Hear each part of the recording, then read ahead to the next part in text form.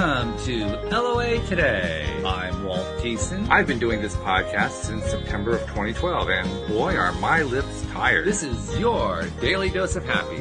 We are so happy you decided to join us today.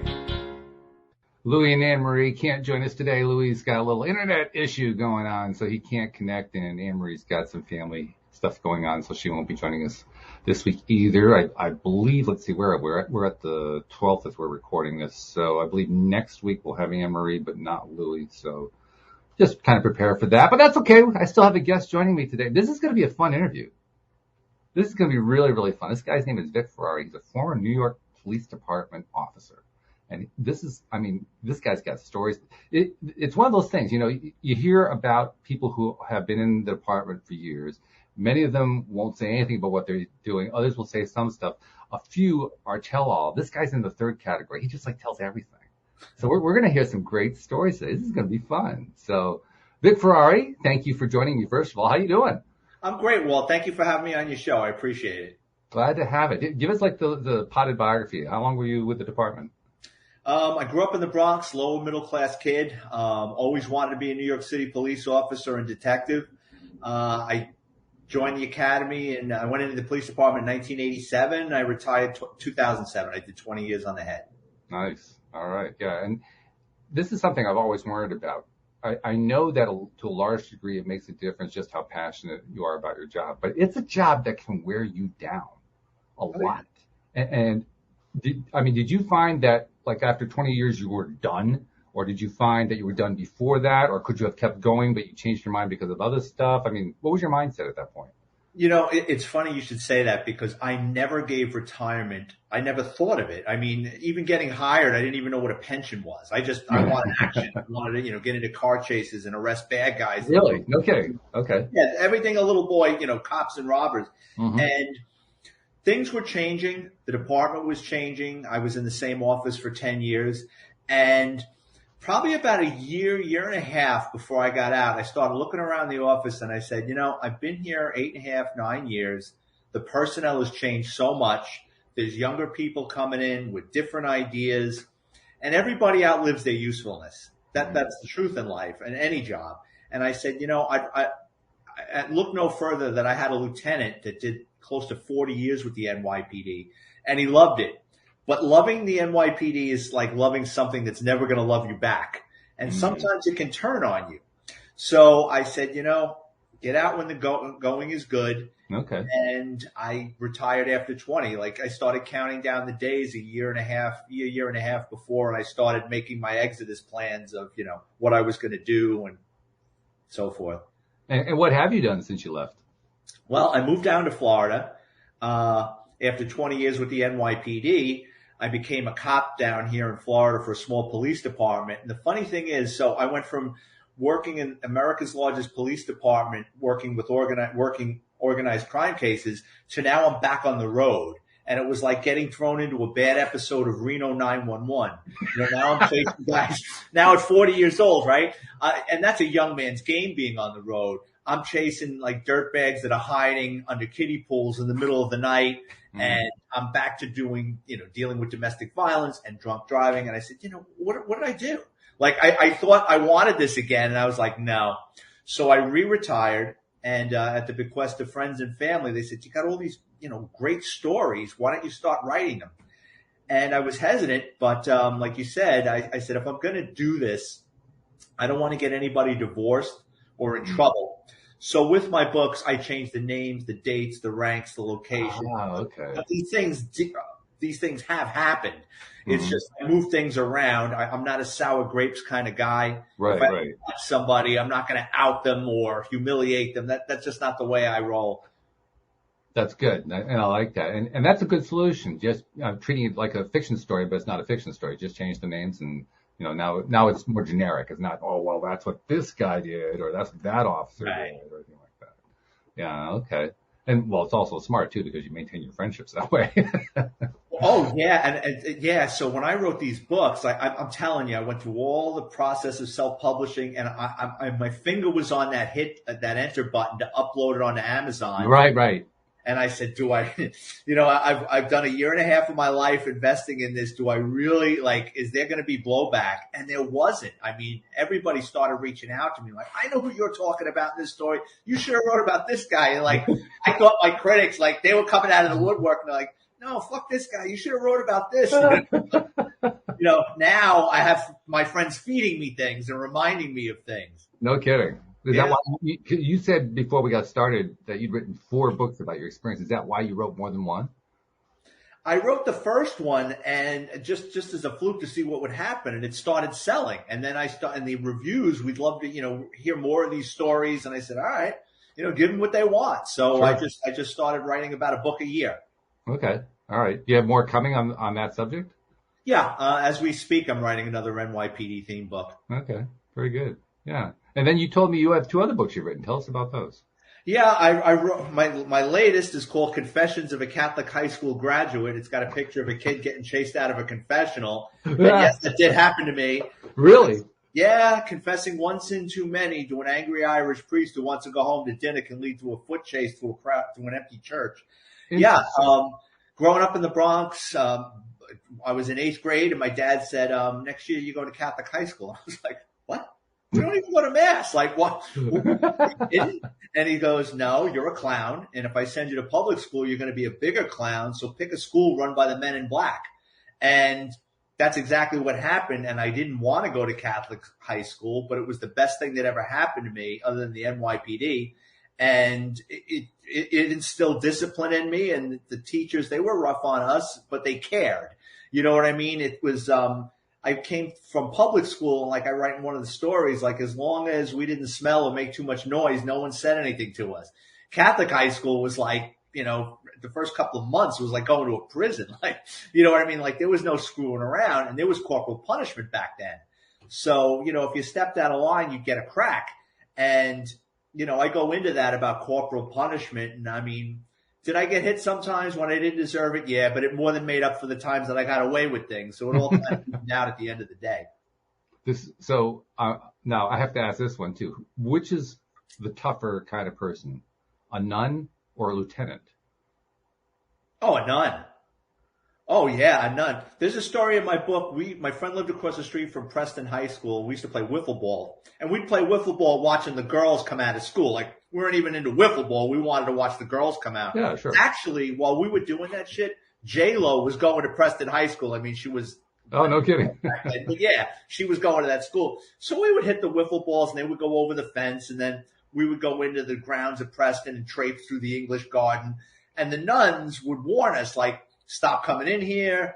We don't want you in here. Then they started locking the gate, and then we started hopping the fence. And then they went undercover. They traded in their outfits for pantsuits and Mary Janes. And one day I'm in there collecting wiffle balls, and a couple of them came behind a tree and said, don't move. And I got a couple of nuns pointing finger guns at me. And I took off running. I hopped the fence, and I told my friend, I said, I'm never going back there again. So there's a couple of stories in there about nuns, but yes, definitely. And I actually recovered. I actually got 2 nuns who stole a Mother Superior's car. Well, Mother Superior was away for the weekend. These 2 nuns in Westchester County stole Mother Superior's car, and they went for a shopping spree in the Bronx. Really? And they parked their car in a pizzeria parking lot that had one of those signs you will be towed if you don't eat in this restaurant. Right. They get their car towed, and we get flagged down by these 2 attractive young women in nuns' outfits. And I thought, in that neighborhood, you had the College of Mount St. Vincent and Manhattan College. So I thought it was a sorority prank. So I got these 2 crying nuns, and they're young. I mean, they're only a couple of years older than me. And they're going on about Mother Superior's car, and we don't have $100, and we can't get it out. Can you talk to the tow guy? And I started believing them. I put these 2 nuns in the car. I go to this tow yard, and if anyone's ever gotten their car towed, people in the towing business, they're not nice. They're not sympathetic to your plight. They don't give a shit that you got your car towed. It's F you, pay me. So I tried sweet talking this guy. He wouldn't go for it. I went back to the precinct. I went to my locker. I got some money. And if you've ever lent anybody money, you know what a pain in the ass is getting it back. I give this nun $100, and she swears on a stack of Bibles she's going to pay me. That's my phone number. And she goes, I will call you. I'll get your money. It's yeah, okay, no problem. I figured I'm never going to see you hear from this woman again. about 3 weeks later, I was between apartments. I was in my early 20s, so I'm living with my parents. And, back then there's no cell phones. And I come through the door and my dad goes, Sister Samantha called looking for you. And I said, oh, all right. You got the number? And he goes, Sister Samantha. And I go, Dad, she's a nun. She's not a Motown singer. And he goes, what? A nun? It's really a nun calling here? So I call the nun back at the rectory or the nunnery or whatever you want to call it, or convent. And it was like a cloak and dagger movie. I went up to Westchester County. I went to this park that was a couple of blocks from the convent, and I sat on a park bench feeding ducks. And she came like through the woods with an envelope. It's like a spy movie. It's like a drug deal is what that is. Yeah. So a drop, right? A dead drop. So she hands me an envelope with $100. And she's thanking me and thank you so much. And please keep this under your hat. And, Mother Superior would be very upset. I said, who am I going to tell? You know what I mean? But, and it was funny because I said, you're a young woman. I said, you sure this is the right path you chose? And she goes, yeah. What about you? And I said, yeah, I'm happy with it. And I never saw her again. Called her a couple of times. We kept in touch for about a year or so. And then I, kind of fell out. But yeah. There's never a dull moment in the NYPD. Apparently, yeah. Now, there are lots of reputations, mostly perpetrated by television and movies, about what New York and New York crime is like. What's the truth? As far as? Well, in comparison to what we see on television or in the movies. Oh, well, the only television show that gets it right, in my opinion, is Law and Order. Because you have a crime committed. Detectives show up, they're interviewing people, they're going back and forth with the district attorney's office, they're building a case, they go lock the guy up, then there's interviews, and then it goes to trial. On regular television shows, like I always love on TV shows and movies where the cops get into a shooting and like later that night they're in a bar having a couple of cocktails. It doesn't work that way. Say you and I are doing a 7 to 3 shift, 7 in the morning till 3 at night. At 8 o'clock in the morning, me and you walk into a bank robbery. Best case scenario, there's a guy walking out of a bank, guns a blazing, right? Mm-hmm. Me and you kill the guy. We get into a gun battle, we kill the guy, right? 100 witnesses saw it, right? It's a good shooting, if there ever is such a thing as a good shooting, but that's what we call a good shooting. No problems whatsoever, right? Bad shooting's bad for business. So what happens is we get interviewed by a sergeant, a lieutenant, a captain from the borough, internal affairs, detectives. A district attorney's going to show up at some point with a stenographer and take a statement. If we kill that guy at 8 o'clock in the morning, we're not going home till like 3, 4, 5 o'clock in the morning. We could be there close to 24 hours, if not longer. Wow. And then within 5 days, that district attorney is going to run witnesses and us before a grand jury to see if our actions were justified.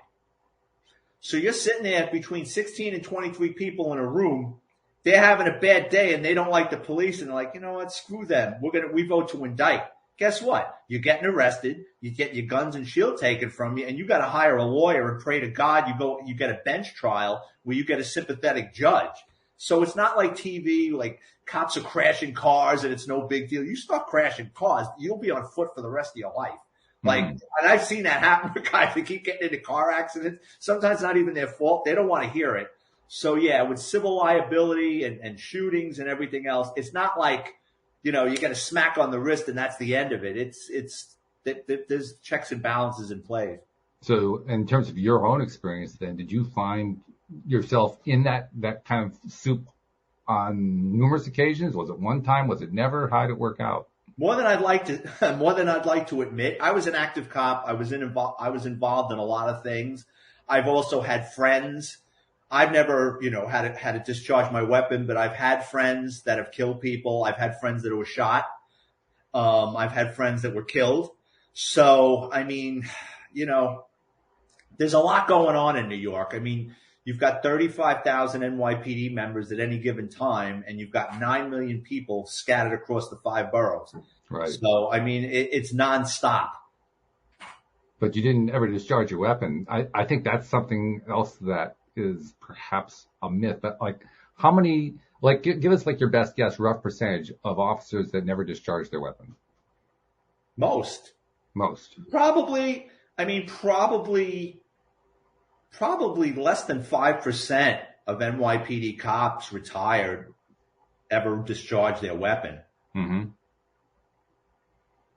So the idea of guns a-blazing, like we'll tend to see on television and movies, that's rare. No, and the reality is 99% of cops are more afraid of getting in trouble than getting killed. Mm. I mean, me and my friend, we never considered getting, especially when we were young, you wouldn't be effective in your job if you thought you could face your own mortality. As you get older, you start thinking about it. But no, my first 17, 18 years, that wasn't going to happen to me. Does that protect you? Mindset? Ignorance is bliss. Yeah, I think so. Mm-hmm. Yeah, I mean, because we talk about mindset a lot. With law of attraction, you get mindset as like the top thing to talk about. And it's fun to kind of apply it to various aspects of life. What happens when you have a certain mindset in this area or in that area? And most of us, of course, have no real association other than television, movies, with what the mindset and what the activities are of a police officer. So that's why I'm kind of curious to know, okay, so what is your mindset? What are you thinking about? Because I mean, just talking to Neo Positivity, who does the Friday show with me, he was a Camden, New Jersey officer, and he often makes reference to chasing bad guys down alleys and so forth. But when he talks about it, he doesn't go into details about whether he had to kill anybody or anything like that. It's more like just arrests that he would have to make, and that's the way he would think about it. And I've always felt that in the years that he was an officer, he never really had a shooting situation or something like that because his mindset just didn't go that way. And so the scenarios he was in would play out as a result because of his mindset. And so that's why I'm kind of curious. I think listeners are probably curious to know, to what degree do you think your mindset actually controlled the way events played out? Oh, I mean, I came close a handful of times to shooting somebody, and I would have been justified both times.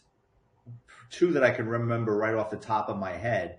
And it was one of those things where one time I gave the person the benefit of the doubt, and I'm so glad that I did. My partner and I, came over as a domestic or some kind of call on a multi-family building. And we were at one end of the hallway, we're banging on the door, and another door opened down the hall, and the kid, probably about 17 years old, comes running out of the apartment with a handgun. Ooh. And I just turned, and I mean, I don't know, the look on his face just didn't match what was going on. And I said, drop that fucking gun. And he dropped it. And it was a toy. He was playing with his nephew or brother or whatever. And they were playing cops and robbers in the apartment. They weren't in the street, but he went to run out in the hallway. He didn't know we were out there. Right. And he came running out, and he was looking one way. And when he turned, I just saw the look of horror in his face. And it wasn't, I can't explain it, but it wasn't the look of fear like, oh shit, I'm going to get arrested. It was so innocent, and he dropped it instantly. And thank God I didn't have to, I didn't shoot him because, I'd have to live with that. Yeah, you know sure. What I mean, even if I was cleared, I'd have to live with that for the rest of my life. You know what I mean? I would have felt terrible about it. So, I mean, it can happen. That just, to me, that just reinforces the whole idea that mindset makes a difference. Your mindset, however you would define it, from my perspective, your mindset was, I'm not looking to do anything to fan flames. I'm trying to find ways to calm flames. That's my ongoing mindset. And in this case, I was able to justify to myself on a split-second decision, no, this is a flame to be calmed. It's not one to be fanned.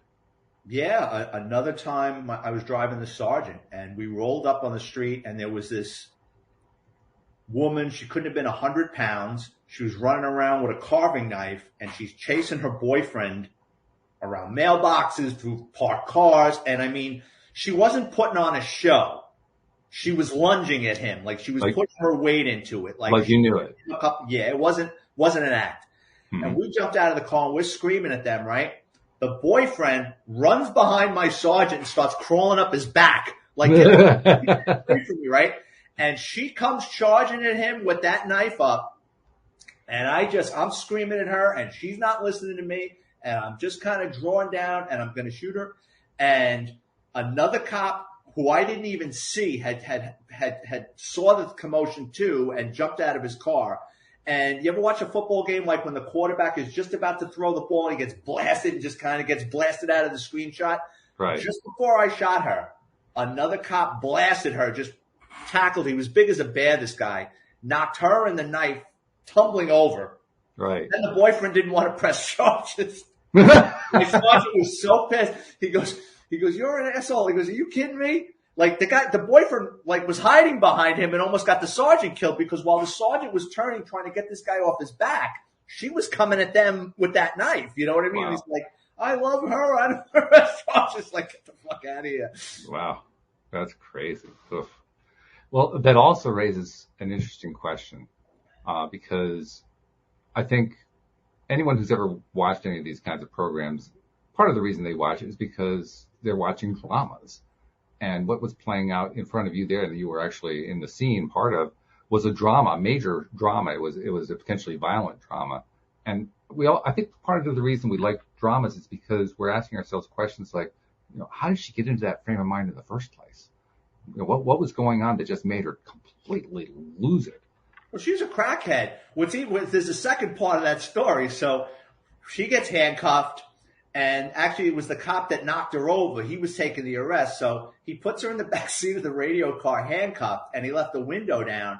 And we're sitting there talking to the boyfriend, and everyone's calming down. And the next thing I know, I see her with her hands behind her back, flipping out of the window. Like she came out the window, landed on her head, got up and started running with her hands cuffed behind her back, and we had to chase her again and tackle her and put her back in the radio car. Wow. Yeah. I mean, it's so far outside of my own experience that I have trouble even imagining that mindset. I mean, you say she was a crackhead, so okay, there was obviously some sort of addiction thing going on there, but even that, I still can't quite fathom how somebody gets in that mindset. I know that it happens, and we certainly see it dramatized, but it's just amazing. Well, I mean, you have drugs. You have a situation. I don't know if he was cheating on her, but I mean, domestics can get ugly, right? They can escalate. They can get violent. And then you throw drugs into it. And I think she didn't care what happened to her or him at that point. It was, if I can't have you, no one's going to have you. And we didn't exist. I mean, all the screaming and stuff, I think she glanced at us once. Like, I think she knew we were there, but she didn't care.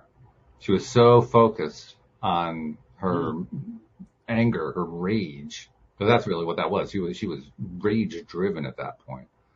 And when you're in that kind of really negative emotion, that negative vibration, you can't see anything else. That's all you see. And it's going to be true for somebody who's in rage, somebody who's in depression, for somebody who's in any of the really negative, really low vibration emotions. It's just, you just can't see anything else. And she's a perfect example of that. And that's how people get killed or go to jail. Yeah.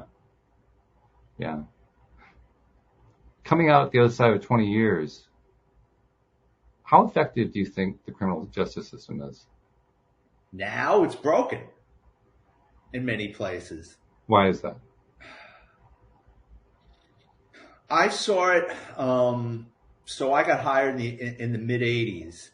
And different boroughs, because I made arrests in different boroughs because I worked in different units. So some places I worked, sometimes some of the district attorneys were more liberal in their thinking. And I used to ask myself sometimes, like after having a conversation with a district attorney who didn't want to prosecute a case or wanted to, we call it a D, which means knock it down from like a felony to a misdemeanor. I'd say to myself, why would they, choose a career and become a prosecutor if you have no interest in prosecuting cases? A lot of them acted, not a lot, but some acted like they had been dropped behind enemy lines and it was their mission to sabotage the criminal justice system. Really? Interesting. Not a lot, but I mean, it looks like there's more of it now. But back then, yeah, I mean, I remember it's in one of my books. I locked up these 3 guys with 4 kilos of coke on a car stop. And back then, in the old days, we didn't test drugs. We sent it to the lab. So if you locked up somebody with a dime bag of weed or a nickel of coke, or in the case I had 4 kilos of coke, you didn't test it. You didn't mess with it. You put it in a bag, and it got sent off to the lab, and within a couple of days, they would test it. And I remember being sitting down with this district attorney one night. It's late, and she's like, "Well, didn't you poke a hole in it and test it?" I go, "Poke a hole in a kilo?" I says, "What, are you kidding me? You know how my job thinks? If I started messing around with a kilo of coke, I'd get suspended on the spot." I go, "No, I filled out well, I don't know if I can prosecute this." So I pitched a bitch. I asked to speak to her supervisor. And it's one of those things where I rarely did it, handful of times in my career, because when you go over someone's head, you've just made an enemy. Right. So I'm going to have to deal with her again, either on this case or who knows down the road. I might be down there writing up another case. And I'm going to get her again. And fortunately for me, I never had to deal with her again. But no, she was going to throw the case out right there. 3 guys, 4 kilos of coke. And I asked to speak to the supervisor, who wasn't there. They had to reach him at home. He was not too thrilled to be woken up. Then he got pissed off at her, like, "What are you doing? Why are you giving this cop a hard time?" So, it happened. I'm also thinking about a former co-host of mine, Rita Gigante, who was the younger daughter of Vinny Gigante. Oh, I know who she is. Yeah. I've seen her in interviews. She's pretty cool. She is. She's very cool. She's a wonderful person. But I've also heard her story, and it was, to put it politely, it was traumatic growing up as the daughter of Vinny Gigante. And I imagine that's a more high profile kind of thing, but I imagine you would see that a lot. Can you talk about what the impact is on people who, through no fault of their own, they're related to somebody who's going through some bad stuff, and they have to end up taking some of the crap themselves? So some of our cases were with organized crime figures, right? Mm-hmm. And it was funny because sometimes we'd go to these people's houses first thing in the morning to lock them up. Mm-hmm. And the whole family, I'm sure, like Rita probably could explain much better than me. They're very anti-government. They're very anti-police. And so sometimes they're either, they treat you hostile, or it's almost like, it's like walking into a cult and everybody's going to give the same answer. No one's going to budge. No one's going to, I remember one time we went to lock up, it wasn't my case, but we just got assigned with picking this guy up in Howard Beach, and, mobster. And, we went to his door at 6:00 in the morning, knock on the door, and he comes down and he's like, "Come on, guys, this early?" "Yeah." And he goes, "State or federal?" So we said state, and he's like, "Oh." So he wasn't as concerned, right? So he figured it's a racketeering thing. You could be doing 30 years, know. So I says, "We're not here for you." And he goes, "What?" "Well, we're here for your wife." He goes, "My wife?" And I said, "You know that car, that Mercedes that disappeared, that you reported stolen? It was an insurance fraud case. What it was is we had a camera up on a junkyard, a mob-controlled junkyard. So what they would do is they're called give-ups. So if someone has a car and they don't want it anymore, they can't make the payments on it, or their kid threw up in the car on a leased car, and they know, or the mileage is over, so they know if they return it back to the leasing company, they're going to get thumped. It's better just to make the car disappear. Mm-hmm. So we had a camera up on a place, so cars would go in and they'd never come out. Mm-hmm. So we were taking pictures of the license plates. So this Mercedes goes in, it never comes out, and then 2 weeks later, she reports it stolen, saying, that she last had it on the 15th when we saw it go in on the 1st and never come out. So we've got her on insurance for it. So we said, "No, we're here for your wife." And he goes, "My wife?" We go, "The car." And he goes, "Oh." He goes, "Can I talk to her for a minute?" And I said, "Yeah, go ahead." So he goes into the bedroom and you hear him going back and forth, and she was pissed because it was him. You know what I mean? It was like he's the mobster. He probably told it, "Bring it to Anthony," or "Bring it to tough so-and-so. Or had his son do it or whatever, but she's the registered owner. She filed the report, and he wasn't falling on the grenade. But I mean, it was funny. Like, no one said a word, but just like the look of daggers she was giving her husband as we took her out. Yeah. And that's an excellent example. I mean, because it can be very traumatic for a family member. And I'm sure she went through some trauma because her husband had taken advantage of his situation with her. Yeah, it's funny, like you're talking about Rita. You know what you should ask her? You know what would be an interesting thing if you ever got her on here again? You should ask her about her uncle. Because her uncle, Father Louis Gigante, right? So the Chin had a brother, and it was the perfect cover. His brother was a priest and would come see him, and when he called him, they probably couldn't or wouldn't tap those things. And her uncle was a big shot in the Bronx. He built those Sebco houses for low income families, and I mean, he was a character. I mean, you should ask her about her uncle because he was an interesting guy. I think he just recently passed, but he was a priest. He was a Catholic priest for decades. That's really interesting. Yeah, the ties are amazing. What happened with stuff like that. I know in Rita's case, what she ended up having to do, and she got a lot of help to get there, was she had to first of all just let go of the fact that her father was who he was and just be okay with it. Nothing she could have done about it, nothing that she could have done to change him or anything like that. She just had to kind of let that go and also be willing to accept the fact that she would never get a clear explanation about why he behaved the way he did. But until you get to that point, that's tough. I mean, he's her father, regardless of whatever else he was her blood father. Yeah, and he was, I mean, even other mobsters, other families were terrified of him. Oh, yes. He was the head. They were the Ivy League of the mob, the Genovese. You know what I mean? Like a lot of the other families had a lot more low-hanging fruit, whereas those guys, I mean, they rarely talked on the phone, rarely. I mean, they'd never say his name because if they got caught talking about him and it came up on a wire, it was a death sentence. So, I mean, yeah, he was an interesting character. I mean, and he got away with it for many years because the FBI went to serve him a subpoena decades earlier, and his mother let them into the house, and he jumped into the shower with an umbrella. So they figured, oh, he's nuts. You know, he's smiling at them naked in a shower with an umbrella, and they were like, oh, he's nuts. And basically, they stopped looking at him. And that's how he was able to go on and get more powerful because he wasn't getting locked up. He wasn't getting surveilled. You know what I mean? So he was able to run this shell game. Very interesting. Yeah. Wow. It's just so far out of, out of the experience that any of us have, or that most of us have in our lives, to even be involved with something like that. Although more and more people are finding themselves, I think this is largely due to the fact that we are now a very technologically interconnected world. So more and more people find themselves getting, closer connections, if you will, to people who have not necessarily gigantes, but right. No, I know what you mean. But people who have, dysfunctionalities. One of the more popular terms that has emerged over the last 10, 15 years is somebody with a narcissistic personality. I mean, that the personality's been around for generations, but only the last 10, 15 years has that become a thing because more and more people are recognizing, I dated somebody like that, or, I had a father like that, or I had, a distant cousin or my teacher or something like that. Well, yeah. And with the internet now, I mean, think about it. Like if I wrote these books, right, it would be difficult for me to get my message out there.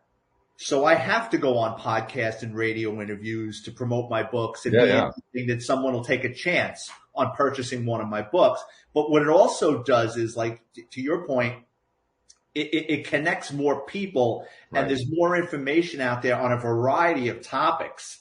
You know what I mean? With people, and then people, like you said, recognize things more like, yeah, I did know somebody like that once and he sounds just like this person. So it is interesting how technology has brought us together and there's just so many topics and interests that people can just, with a click, become an expert just watching videos and learning about things. Including crime. I mean, one of the most popular genres of podcast is crime podcasts. Yeah. I mean, and there are actually a couple of them that have like exonerated people who were, wrongfully convicted of crimes and things like that. And people are just like, they jump all over that stuff. Like, oh, wow, gotta listen to this. I can't believe what was going on, blah, blah, blah, blah, blah, blah, blah. It's fascinating to people. So it isn't necessarily part of their lives, but it's becoming more so because they're paying attention to it. Oh, I'm just as guilty. I mean, at night, there's a couple of retired mobsters or guys that, no longer in the life that I look for them like every day because I find it fascinating. You know what I mean? Like, and I worked in that world. I'm like, I click on, that's how I know who Rita is. I've seen her on a bunch of podcasts, and I thought she was pretty. It's just like, wow, the Chin had a daughter that's talking. Like, I thought that was like the wildest thing in the world. He'd be turning in his grave, but I mean, it's therapy for her. Well, she wrote a book called The Godfather's Daughter. I mean, that's basically how she got out there. Yeah, she copes. Yeah, she does cope. Plus, she also has she is an amazing psychic.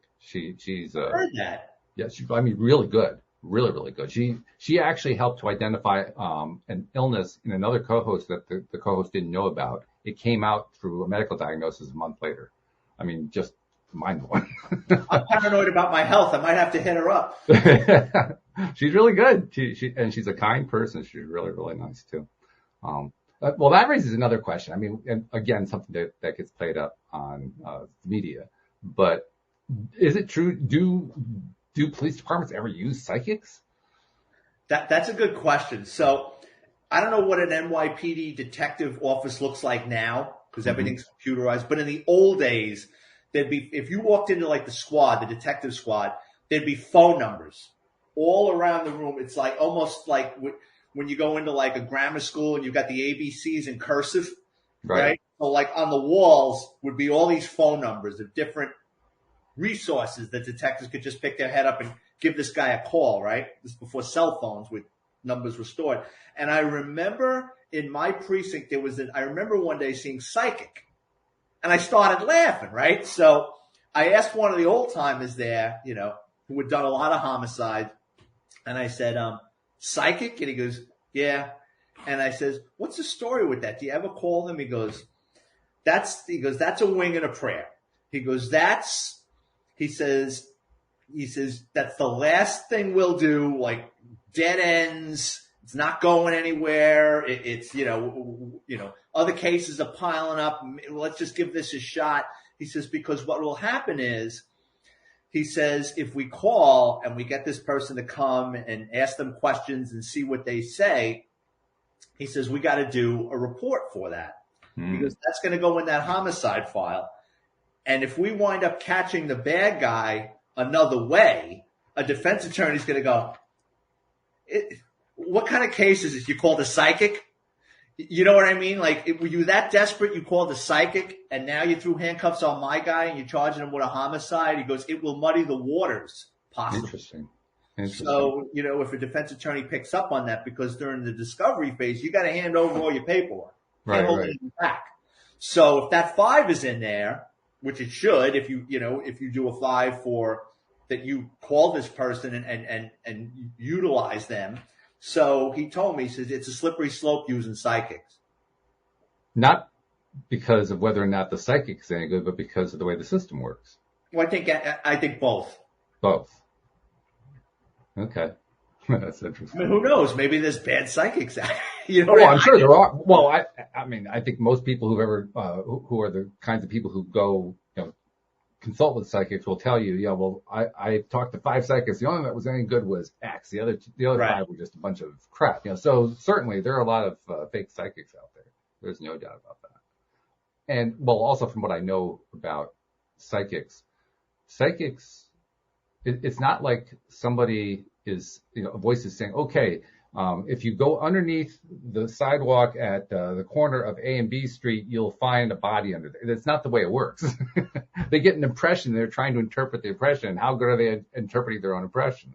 And that can create all kinds of ambiguity. It doesn't mean that they're lying or that they're deceptive. It's just that they're working on so little information. They got this flash, and that's about all they got to work with. So it's not surprising me that they. I never used one. I don't know that world. It sounds interesting, but I don't know much about it. I've had a number of psychics and mediums on the program, and they're really interesting people, and they're very often able to nail stuff and so forth. But that's the other thing. Even they can't tell you when they're going to get a flash or something. It's not like they can get it on demand. It's not like going to the convenience store, you got to order a quart of milk or something like that. It's like it's a hope and a prayer in terms of whether they'll get information at all. They just don't know. Right. It's like a thought that just jumps into their head. Yeah. It's interesting stuff. But it does create interesting conversations. I think that's what all this is all about in terms of why I decided to have you on the program, because my goodness, it's got all these great stories to talk about.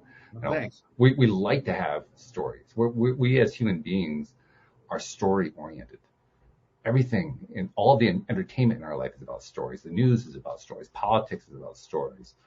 Stories just like permeate everything. And I think that's one of the reasons why crime shows, police shows are so popular, because they're just loaded with stories. James Bond and all this other kind of stuff. It's just story. But different to live it. I mean, you have stories to tell. You've written 4 books so far. You got a 5th one you're working on. But when you're living a story, it's different, isn't it? I mean, later on you can tell the story. You can kind of put it all together with a nice bow on top. But when you're living it, it's messy, and it's unclear and muddy at times, and you're trying to make sense out of it. See, I didn't look at it that way because I knew what I wanted to do at an early age. Like, I like to tell a story. I used to go into the post office at 10 years old and steal FBI wanted posters off the wall. And then Did you really? Yeah. Yeah. Me and my friends, we would go into and then we'd go into the deli and do manhunt. We're 10 years old with FBI wanted posters going around the neighborhood. Like, that could be him. You know what I mean? Like, I knew what I wanted to do. You know what I mean? Like, I had no fear or reservation in becoming a cop. But I was all in. I had all my chips in. My parents wanted to kill me. After high school, like, they wanted me to go to college. I didn't want to go to college. And my father wanted to choke me because his thing, he always used to say, and then what? And I go, what do you mean? He goes, well, I know you want to be a cop. He goes, what if you don't pass the psychological? What if they do an x-ray and there's something wrong and you can't? And he goes, you're killing time. He goes, for a job you may or may not have. And I says, I'm getting that job. I'm telling you, I'm getting that job. And I'm lucky enough. I'm just one of those rare people that I knew what I wanted to do at an early age and I got to live it. And now I get to live it again. I'm living vicariously through myself, writing books about my experiences. So I didn't look at it as messy back then. Yeah, was things messy? Yeah, but I just couldn't get enough of it. I mean, I get that. Yeah. I mean, 25 years with overtime at least. Wow. I mean, I always worked overtime. I just couldn't get it. They had to throw me out of the door sometimes. I loved it. No, I didn't mean that your story was confused. I got the very strong impression you knew exactly what you wanted all along, and I love that you felt that way. I'm just meaning that when you're in the midst of, like, you're pursuing a case, you're trying to track down a potential felon or whatever. It's easy later on to say, okay, there was this, and this, and this is what the result was. But when you're in the middle of it, you don't know what the result is. You don't know where it's all going. You know what your procedures are that you follow, but you don't know how it's going to play out. You don't know what's going to happen around the next alley. You don't know what's going to happen when you make the phone call. There's a lot of unknowns. And I was trying to suggest that those unknowns attract us. They're interesting to us. They entice us. They get our attention going. But trying to treat it as a story while you're in the middle of it is kind of crazy because the story's still playing out. You don't know how the story goes yet. Yeah, for me, it was the chase. It was the action. It was the excitement. It was puzzles and riddles and trying to figure them out. And, I remember sometimes I do it to this day. When I can't figure something out, I take a step back from it. And then I come back a day later or an hour later and I want to look at it through a different lens. I'll take a walk. I'll play with the dog, something to get my mind off it. And then I'll come back. You know what I mean? And I, to this day, think about cases where I could have done something better or I should have done this. And I mean, these cases are long gone.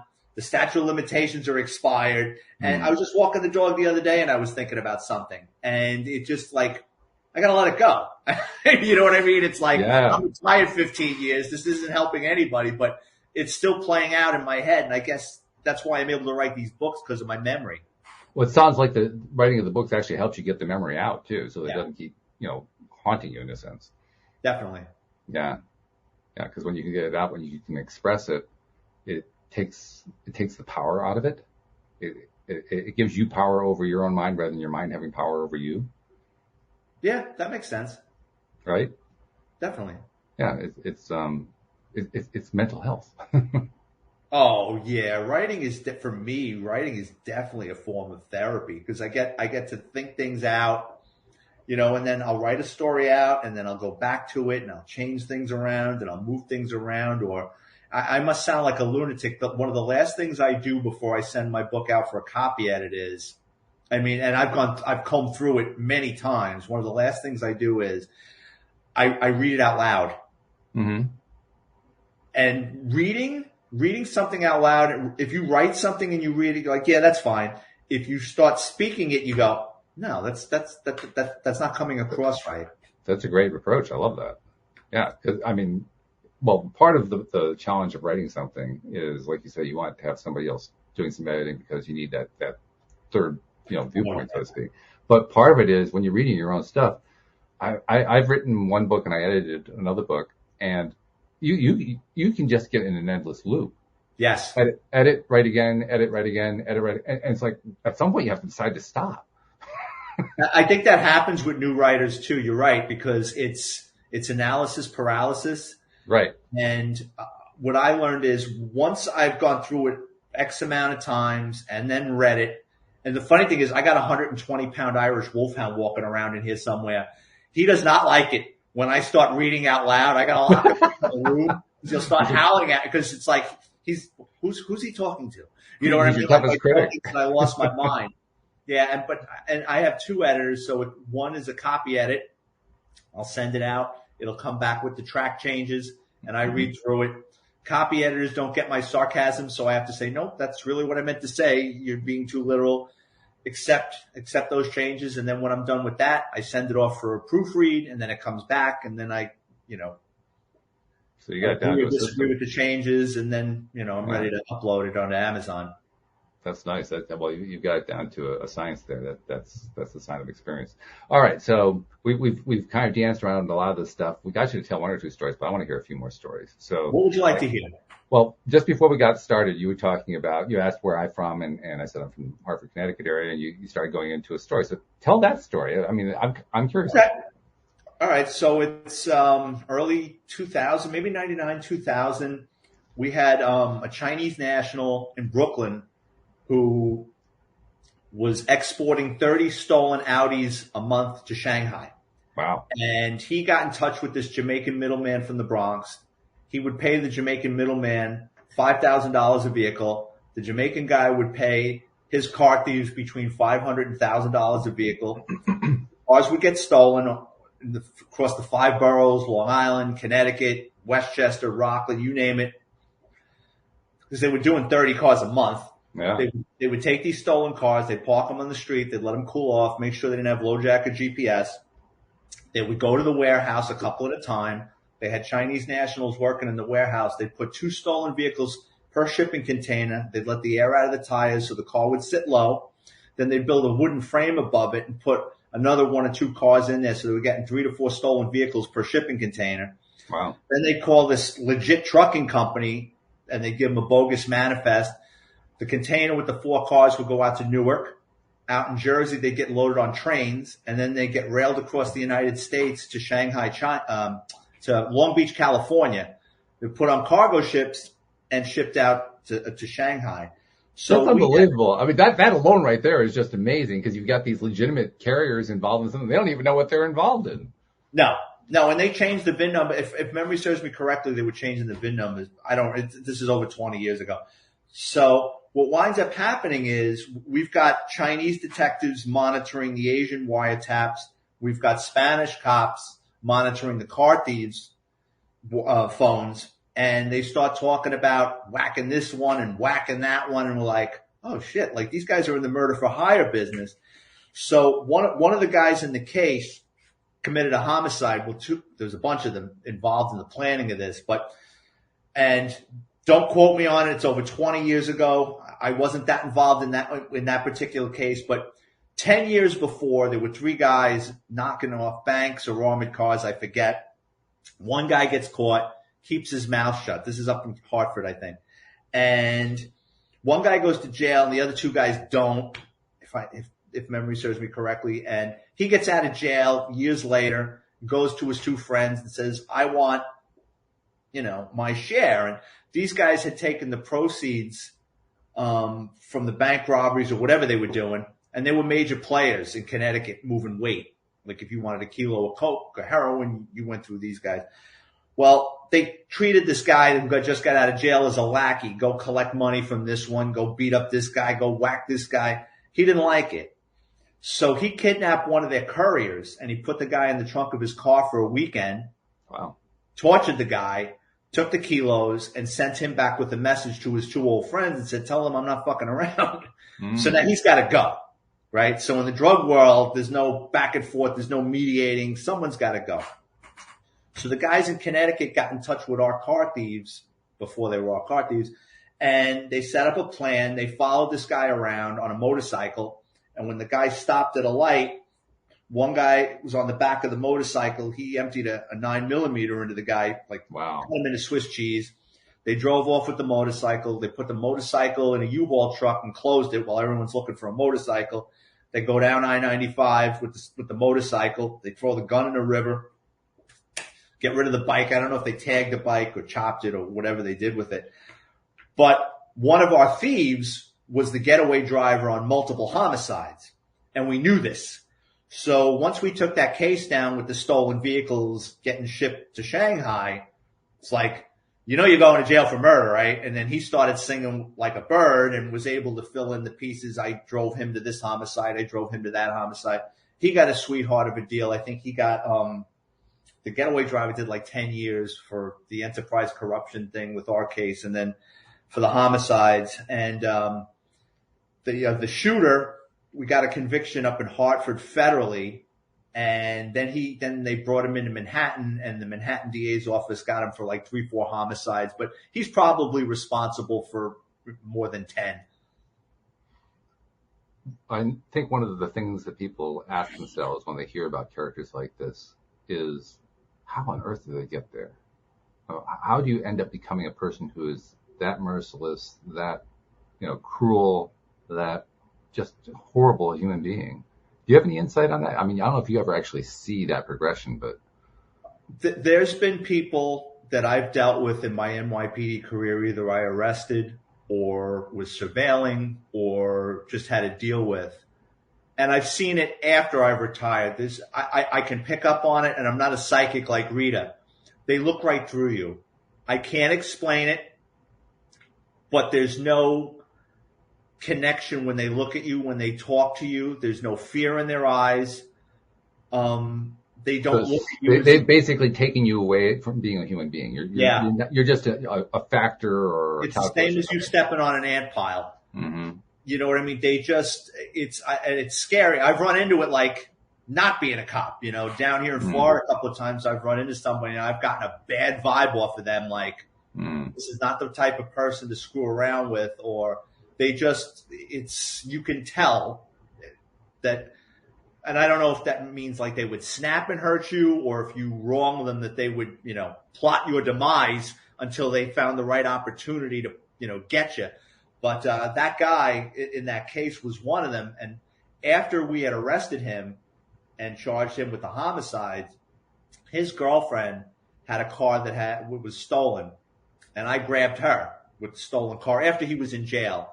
And we, grabbed her with a stolen car, and I was debriefing her, and I was trying to because, he's living with her.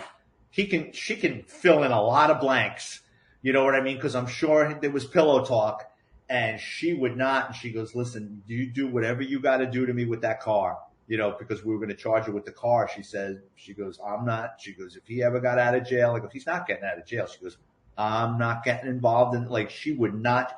We could have given her 10 years. She was that afraid of him. Wow. Yeah. It wasn't love. You know what I mean? It was fear. Right. Yeah, pure fear. It's really an incredible thing. Now, we're talking about very negative emotions here, but it's a really incredible thing just how emotionally driven the human race is.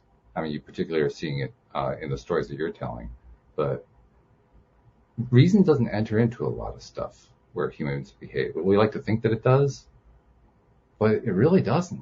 I mean, there's a perfect example of it. She wasn't reacting rationally. She was reacting, I'm just terrified of this guy. Well, she was in survival mode. Yeah. She was that afraid of him that it was, in the off chance he gets off on a technicality, she knew him that well, and she was that afraid of him that she knew he would hunt her down and get her. Yeah. So I guess that in that sense, there's a certain degree of reason involved in it, but it was clearly driven by the fear. Yeah. So, all right. Well, that's a good story. We got time for one more. Give us one more story. Pick one that, like, to you is like that's the story. That's the one that stands out above the rest. But what do you want to hear? Like funny or? Your pick. All right. In my book, NYPD Law and Disorder, there's the opening chapter is called Embarrassing Moments. And every author likes to paint themselves as a hero in their story. They save the day in the nick of time. Okay. So that arrest I was telling you about earlier, I stop a cab. There's 3 guys in the back seat of the cab, 4 kilos of coke. So I'm parading around the station house with the 4 kilos like I won the Stanley Cup. Everybody smoke up my ass, taking photos of me with the code. It's a big deal. Everybody's telling me I'm going to narcotics. I'm believing my own press clippings. So that night, before I speak to the district attorney, there's a food court across the street from the Bronx courthouse. And it had just opened. So I'm like, great. They had a little Italian restaurant in there. I'm going to get some food. I'm sitting there. I'm in my uniform. I'm all puffed up. I'm, reflecting on these arrests. I'm eating my chicken parm and spaghetti or whatever I was eating. I've had a bad stomach my whole life. The next thing you know, I'm like, oh, God, I got to use the bathroom. I got to take it done. The bathroom across the street in the Bronx courthouse is a dungeon. It's filthy. There's no toilet paper there. I'll use this brand new food court bathroom, right? Yeah, sure. I walk in. I take off my gun belt. I hang it on the hook in the stall. I drop my pants. I sit on the bowl. I'm getting ready for liftoff. And the next thing I know, I hear through the front door of this bathroom, the door kicks in, and I hear 4 or 5 teenagers, and they're roughhousing. They're hitting the hand dryers. They turn on the water. They're beating each other up. Kids screwing around. So I go, I better hurry up and finish. Yeah, I'm a cop. I'm in uniform, but I got my pants down to my ankles. I'm kind of vulnerable, right? All of a sudden, it gets quiet. I'm like, did they stop? Did they leave? And something told me to look up. And when I looked up, one of the kids had gone into the next stall. He jumped up on the toilet, and he's reaching over the stall trying to grab my gun belt. Wow. So I said, oh, shit. So I jump up with my left hand trying to pull up my pants, and with my right, I grab him by the neck, and I pull him. Well, when I pull him, I inadvertently pull him over to my gun belt, and now he got my gun belt. Oh, my God. Oh, shit. So now I let go with my left hand. My pants go down to the floor again, right? And it's a hockey fight. I'm punching him in the face, let go of the gun belt. His friends run into the next stall. They grab his legs. And I got a tug of war going with the gun belt, with the kid, right? Finally, he drops the gun belt. It falls to the floor. They go running out. I pull up my pants. I hook on my gun belt. I go running out into the food court. They're gone. And like I write in the book, what was I supposed to do at this point? Call the police on myself? The Bronx is a small place. The cops that showed up would tell everybody. Of course. Fought them. And I would have been the laughing stock of the Bronx. Like, you see that cop over there? That's the guy who he almost lost his gun in the store. So I kept that story to myself until I wrote NYPD Law and Disorder, and that's the opening chapter, embarrassing moment. That's crazy. Wow. Yeah, that is embarrassing. And it's embarrassing and it's terrifying all in the same moment. I mean, It was terrifying. You got multiple emotions going on there, and they're kind of in conflict with each other. Although I imagine that the terror probably was more motivating than the embarrassment part at that point. 50-50. Really? Yeah. Oh, that's funny. Well, I have to tell you, Vic, this has been really fun. I've enjoyed interviewing you, and I'm sure our listeners have enjoyed hearing your story and so forth. You have the 4 books so far about your experiences as an officer. Tell us the titles and how they can be found and all that. Sure. So you got NYPD Law and Disorder. It's got a picture of a cop scratching his head with a bad guy escaping out of the back seat of a police car. That happened. And that's the book that's got the toilet story in it. NYPD Through the Looking Glass, stories from inside America's largest police department. That's a behind-the-scenes look of what goes on in the NYPD. The NYPD's Flying Circus, Cops, Crime, and Chaos. That's about wild stories about guys I work with, including a guy that stole a horse and carriage to a ride through Central Park. That really happened. That really happened. Yeah. Confessions of a Catholic high school graduate. That's about me growing up in the Bronx and me being a little son of a bitch until I figured it out and straightened out my life. Grand Theft Auto, the NYPD's auto crime division. Everything you wanted to know about the stolen car industry and was afraid to ask. And then my first book, Dickheads and Debauchery and Other Ingenious Ways to Die, is about the ridiculous things people do to shorten their life expectancy. All my books are paperback. They're $10 each. They're all on Amazon, so just go to the Amazon book section and type in Vic Ferrari. They'll come up. I don't write in chronological order, so they're all short stories. They're great travel books. They make great stocking stuffers. They're $2.99 ebook download. That's beautiful. That's absolutely beautiful. 2 more things I got to tell you. First of all, number 1, on behalf of everybody who's listening, and I know Neil would love me to say this too. Thank you for your work as a first responder, because you're one of the people who have really done great things to help people in a number of ways. And then something I make a point to tell all of my guests, and this is true for you too. You have told your story to many people who, you'll never meet them, you'll never see them, but your stories affected people. They help people, they perhaps entertain them, they gave them new perspectives and so forth. And I think we all, those of us who are in this giving type of an industry, deserve recognition for that. So on behalf of those people you'll never meet, never see, thank you for what you've been doing, both as a first responder and as an author. We all really, really appreciate what you're doing.